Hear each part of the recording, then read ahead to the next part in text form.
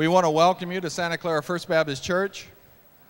My name is Richard Reaves, and I'm the senior pastor here. And we're glad that you've come to be a part of this experience where we get to hear people who have done a lot of work, a lot of learning, a lot of study, and a lot of thought, who will be presenting their ideas concerning how we came to be here and what life is all about. I have a little bit of a biased view, being a pastor for 25 years.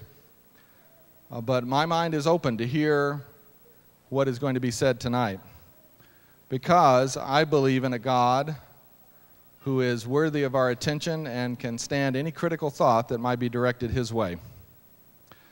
And so we appreciate those who have come here tonight. As people come in, we are aware that we might overflow this particular area, and so we have in our fellowship hall a secondary seating area that is receiving, hopefully right now, my instructions and my greeting to you. And we have a host over there. His name is Gary Bush, and we put him up. I want to explain Dr. Bush for a second. He is a PhD. He got his Bachelor of Science in Physics, his Master of Science in Physics and Nuclear Engineering and Electrical Engineering. And he has a PhD in EE, Electrical Engineering. He is currently a research fellow at Lockheed Martin Advanced Technology Center in Palo Alto. He is chairman of the IEEE Magnetic Society and Santa Clara Chapter and a member of the MIT Electromagnetics Academy.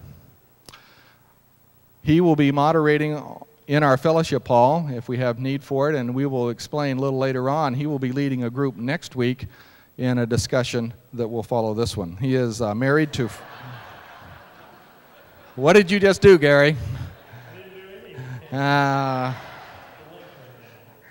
link went down. Okay, well, you are still married, are you not, Gary, to Frida, and have two children, Joseph and Deborah.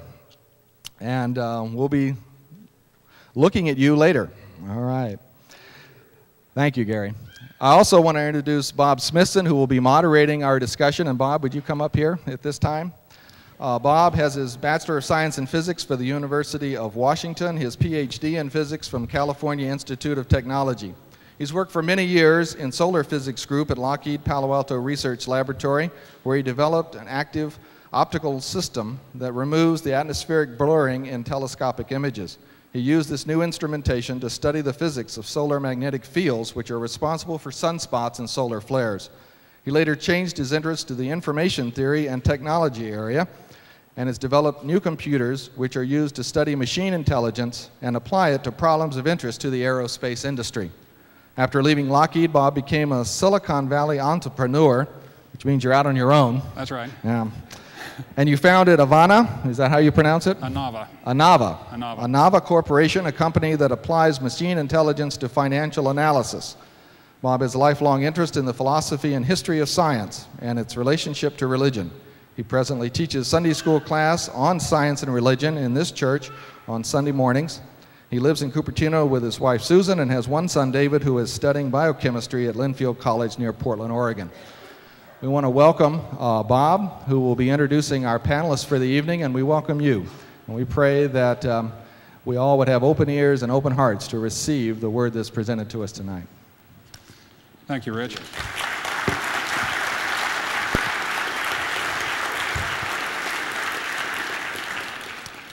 Well, welcome to everyone. There are a lot of faces out there I don't recognize, and that's very good. I would like to start out with a few mechanics, just so you'll know what's going to be going on. I'll remind you of some of them a little bit later. The format tonight is that we are going to have individual presentations by each of our three panelists, followed by a 15-minute intermission. It's warm enough we figure that you'll need it by then. And then there will be a panel discussion, and then after that, questions from the audience. And so hold your questions until the end, but you'll have a chance to not only ask the questions, but be on the video, because we're going to ask you to come up to that microphone over there, and you'll be on video and on the screen here so everybody can hear and see what you're saying and asking, even over in the fellowship hall. We are honored tonight to have three of the best-known proponents for their points of view in the country, if not in the world. And you have a short biography of them in your program, but I'd like to give a little bit more detail. The first panelist here is Duane Gish.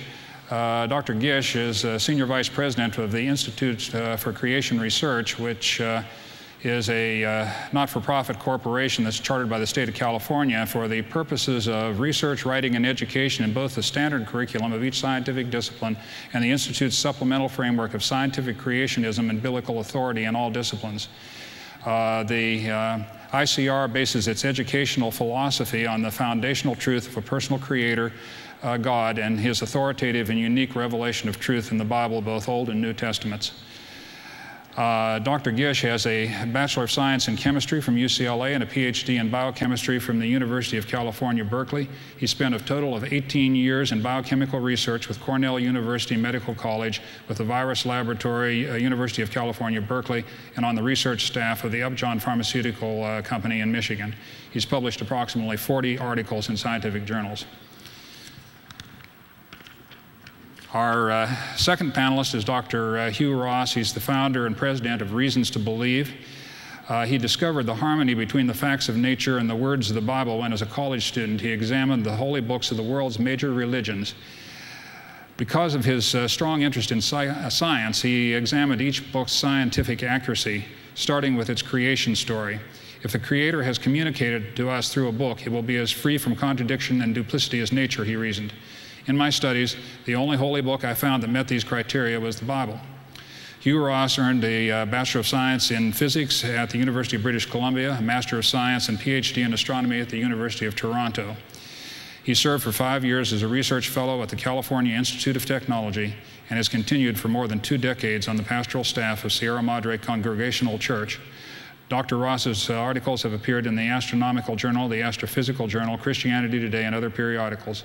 He has authored 5 books, including The Fingerprint of God, The Creator and the Cosmos, Creation and Time, Beyond the Cosmos, and The Genesis Question. Finally, we have Dr. Eugenie Scott. She directs the National Center for Science Education. It's a nonprofit membership organization of scientists and others that works to keep evolution in the public schools. She holds a PhD in physical anthropology from the University of Missouri and taught 15 years at the university level before coming to the NCSE. A human biologist, her research has been in medical anthropology and skeletal biology. Dr. Scott is nationally recognized as a proponent of church-state separation and serves on the National Advisory Council of Americans United for the Separation of Church and State and other organizations. She has worked nationwide to communicate the scientific method to the general public and to improve how science as a way of knowing is taught in school. Currently, she is president of the American Association of Physical Anthropologists. So those are our panelists. They're an illustrious bunch, and you may have heard or seen them. Eugenie Scott was on the Nova special at the beginning of this week. If any of you saw that, you'll recognize her from the last episode. So with that, we will continue, and we will start with a presentation by Eugenie Scott. I guess now you can hear me. Good afternoon. I appreciate very much having been invited to join my 2 colleagues at your very lovely church, and on a very lovely day, I might add, too. I want to talk today about the relationship among science, religion, and materialism. Now, these are 3 ways of knowing. They contrast and they overlap, and I think they contrast and overlap in more complicated ways than most people usually appreciate or usually understand. Science, I think, is the most distinct of these 3 ways of knowing, and I'll try to make that clear. I want to define each of these and show how they are similar and how they are different in looking at the same kinds of qualities or characteristics of things that people are interested in. So let's start off with the definition of science. I want to define science as a method for explaining the natural world using natural processes. We also tend to use the word science to refer to the body of knowledge that this method generates. But basically, science is a way of knowing. It's a methodology. Now, there are some assumptions that are associated with science. And by assumptions, I mean things that are taken on faith. Now that may come as a surprise to some people. It comes as a surprise to some scientists until they think about it a little bit. But there are some things that you have to take on faith when you consider science. Just as in religion, you have to consider some things as being true by faith. One is that there's an objective reality. I believe as a scientist, but I can't prove it, that this is a solid item that I'm sitting on, that I'm breathing in gases, that I didn't just make up, my colleagues here and all of you 5 minutes ago, that there really is an objective reality beyond my personal existence. And that is an assumption, though. That is not something provable. But it works very well, and I think we all operate according to that assumption. Secondly, I assume as a scientist that the universe operates according to regularities. That if today water is made out of hydrogen and oxygen, that tomorrow water will be made out of hydrogen and oxygen. That if water flows downhill today, it's going to flow downhill tomorrow. We assume, as an assumption made in science, is that the world operates according to regularities. And we also assume that humans can learn about and understand these regularities. Now, we may not be able to understand everything. We know we do not understand everything right now, and it may possibly be that there are some things beyond the particular set of neurons that human beings have that allow us to understand so much of the natural world. There may be things in this universe that are just beyond our comprehension, but that's okay. We at least operate on the assumption that we can tackle most of it and figure most of it out. There are a number of characteristics of science that I'd like to suggest to you. One, that science is restricted to explaining the natural world. When we say we're doing science, we're not trying to explain anything other than the material world, the world of matter and energy. And we are restricted, when we're doing science, to using natural causes. By natural causes, I mean matter, energy, and their interaction. One of the most important things about science is testing. And science is all about testing explanations against the natural world. This is the most important quality of science, quite honestly, the most important characteristic. Because it's not enough just to feel that something is right or just to have an instinct that some explanation that you came up with is really the correct one. You've got to go out and test that, and then you've got to test it some more, and you have to keep testing it until you and other people are really secure and confident that this explanation actually works and is useful. Now, what do we mean by testing? When we say we're testing something, that means we're holding some variables constant, holding some things constant. Some factors involved in the explanation we're holding aside and testing others. So if I were testing the ability of a fertilizer to increase a corn crop, very typical kind of example that everybody's familiar with, a direct experiment, I would hold constant such things as the amount of sunlight, the amount of water, the amount of weeding, and so forth, and the only thing that I would vary would be whether I gave fertilizer to this group or that group. Testing and controlling for or holding constant certain variables is very important in science. Now, the reason why I bring this up, and this sounds really boring, and all of you kids have heard this before, and this is what you got in 7th grade, ho-hum, or the nature of science stuff. But actually, testing is why we restrict ourselves to natural cause in science. We don't allow supernatural causation in science, not because science is inherently atheistic or because science is inherently rejecting of God or supernatural powers, but simply because if there is an omnipotent force in the universe, there's no way that science can control its actions. So as a result, we have to just go on as if there are no supernatural forces affecting that corn crop out there.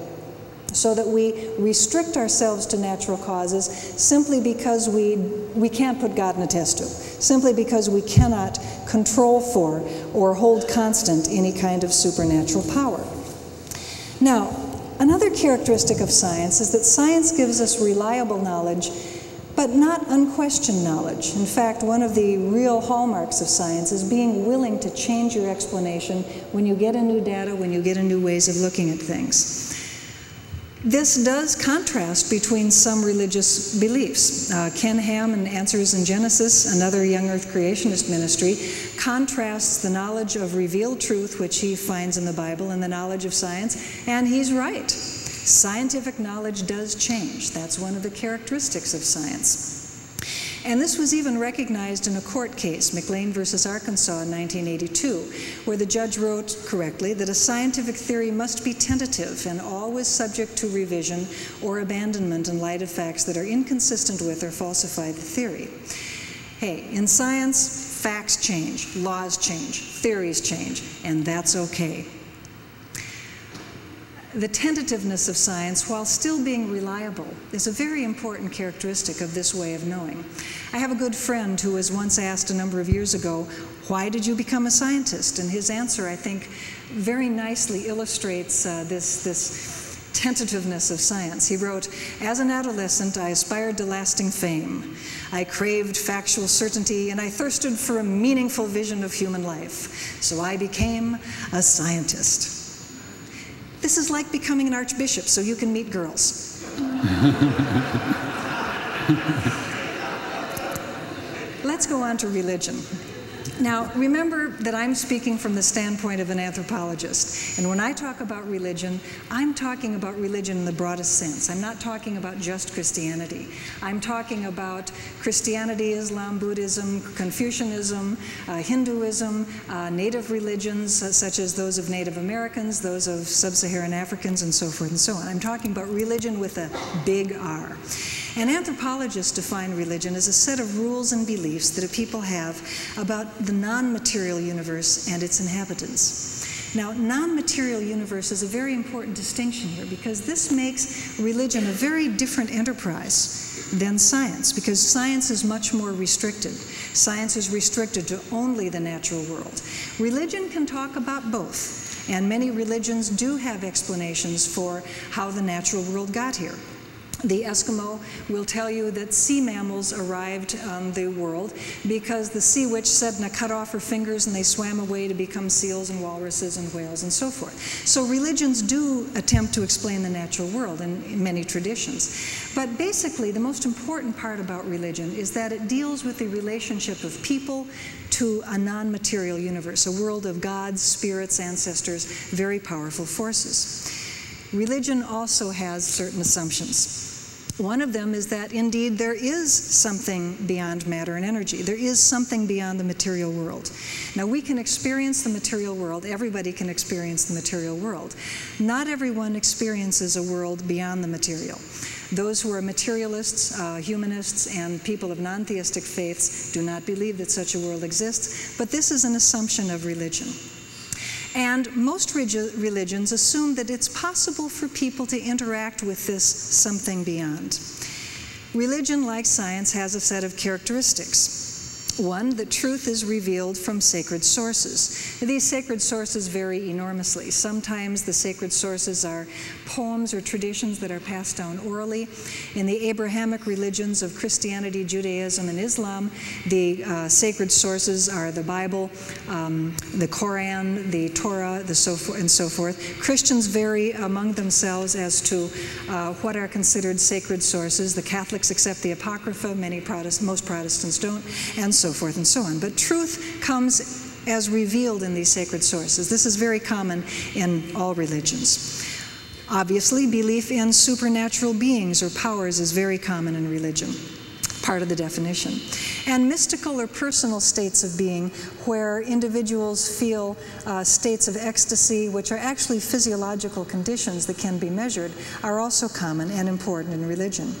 Another characteristic of religion is a sense of the sacred. There are some things that are very important beyond the material, and there is a feeling of sacredness associated with them. Feelings of awe are very similar to feelings of sacredness. And belief in an afterlife is very common. Not universal, by the way. Not all religions believe that there is life after death, although the vast majority of them do, and the Abrahamic religions with which we are most familiar all do. Another common characteristic of religion is a concern with morals and ethics. But again, this is not universal. There are some peoples and cultures around the world where how we treat each other is determined by custom. It's not considered revealed truth or a directive from some supernatural power. Let's talk about materialism next. Now let me just make a sidestep here, because the word materialism is used in two ways, and I'm unfortunately using it in two ways this evening when I talk about science and also when I talk about the philosophy of materialism. Materialism is a way that we do science. It's methodological materialism. We explain the natural world using matter, energy, and their interactions. And that is a rule by which we do science. But there's also something called philosophical materialism, and that's what I'm going to talk about next. Philosophical materialism is separate from science. It's a philosophy that may be inspired by and in part derived from science, but it is independent of it. And the way you can demonstrate that it's independent is that there are many scientists who are believers, who are theists, who accept God. I'm sitting next to a couple. And you find many of these scientists who perform their science in a strictly methodologically materialist fashion. They only do science based on matter and energy, like Gregor Mendel. Philosophical and methodological materialism are not the same, and that is a point that I would like to leave you with. I want to define philosophical materialism as the philosophical position that the complex of matter, energy, and their interactions is sufficient to account for the natural universe. Not just to explain it, but to account for it. That, in other words, matter, energy, and their interaction is all there is. Materialist philosophy says there is no God. Humanism is a materialist philosophy. Some would call it a religion. Depends on your definition. Certainly it serves many of the same purposes of religion. So let's take a look at that. Let's take a look at science and religion and see how they compare on some of these characteristics that I've been defining here. Let's start with religion. Does religion use logic and empirical evidence? Absolutely. And you find many religious traditions which are very much dependent upon these, but they also use, for example, revelation. Mystical and personal states of being, definitely part of religion. What about science? Science does indeed use logical and empirical evidence, of course. That's the nature of testing explanations against the natural world. Revelation? No. Again, because science is restricted to explaining through natural cause, therefore revealed truth is not part of science. Similarly, mystical and personal states of being, no, that's not part of science as a way of knowing itself. If you dream that the benzene ring is in the shape of a snail chasing its tail, you still have to go out and do the heavy lifting of testing that explanation before you can call it science. Now, that doesn't mean, remember, I'm talking about science as a way of knowing, not about what individual scientists believe or do, but about science itself as a way of knowing. Let's add materialism to this column. Logic and empirical evidence is certainly part of materialism. All three of these ways of knowing do use the natural world as part of their understanding. Revelation, no. Materialism as a non-theistic belief system rejects revelation. Mystical and personal states of being, I'd put a question mark there, because these may be experienced by materialists, but they would not ascribe them to a supernatural cause. So let's call that a question mark. What about some other characteristics of science and religion? Let's look at the religion column first. Religion obviously accepts the idea that supernatural powers intervene in the natural world. And a non-material world is, of course, part of the definition of religion. And spiritual beings, again, are part of the definition of religion. Science, well, in science, we assume that supernatural powers don't intervene, but obviously, because science can't test supernatural powers, it's nothing that science cannot say God exists, nor that God does not exist. And that's my independence statement there. A non-material world, well, science has no opinion on that or on spiritual beings, simply because science does not have the tools to test these kinds of statements. Let's add the materialism column to this table. Do materialists believe in supernatural powers? No. A non-material world? No. Spiritual beings, as you would expect? No. Because materialism is a non-theistic religious or philosophical system. How about a third comparison? Belief in an afterlife? Yes, religion. Religion is also concerned with evil, ethics, and morals. And a sense of awe and mystery is quite common in religious systems. In science, well, I'd say belief in an afterlife is one that science, qua science, science as a way of knowing. Not individual scientists who may or may not be believers, but science itself, as a way of testing natural explanations against the natural world, really has no opinion as to whether there is an afterlife. It's outside of the job description of what science does. Similarly, science is not concerned with evils, ethics, and morals. And let me explain what I mean by that. I'm saying that a scientist does not consider it evil if a coyote kills a rabbit. Okay? That kind of understanding is not part of what science does. A sense of awe and mystery, again, science has no opinion in this. Let's add materialism to this column. No belief in an afterlife. Yes, a concern with morals and ethics. And yes, a sense of awe and mystery can come about, but it comes about from nature itself. Let's compare these criteria. Let us compare. I'm getting the high sign from my friend here that my 20 minutes are up, so I'm just coming to the end too, so this is all right. Pardon me? 15. Ah, I'm okay. Whew, I was starting to rush here. 5 minutes? 15 minutes. 15 minutes. Was what you had. Okie doke. I'm 2 more slides. Let me summarize here science and religion and materialism, because I think this table will help to bring together what I've been saying. Religion and science are the same on one account, they are different on 3 accounts, and science and materialism are the same on 3 accounts as well. Let me just go through these tables. Alan, go ahead and fill out the table for me, please. Whoops, where'd that come from? So much for PowerPoint. I think you will find that there are a number of similarities and differences between science and religion, between religion and materialism, and science and materialism. And actually the largest contrasts really do come between religion and materialism. Now, the title of our program tonight is God, Darwin, or Both. The subtitle, The Nature of Man According to Science and Christianity. We might ask, what can science tell us about this topic? We might ask, what can Christianity tell us about this topic? I want to talk next about what can science tell us about this topic.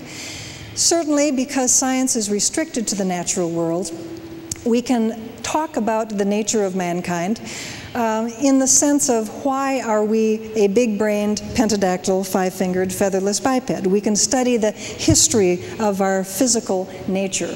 We can also study the history of our particularly interesting development as a species on this planet, one that depends upon culture and symbolic language for our adaptation rather than our physical characteristics. And I think this is where science is particularly helpful for understanding the nature of humankind. What can Christianity tell us? Well, I will leave that to my colleagues. I think it is important to note, however, that the views of different Christians, views of Christians from different traditions vary enormously as to what the natural world can tell us about the nature of human beings and what Christianity or religion alone can tell us about human beings. So I will finish with my usual sunset slide here. Please visit our website if you want to learn more about this topic and about some of the other things that we are concerned with. And I apologize for having gone over. Okay. I'll give 20 minutes. Not by too much. Thank you very much.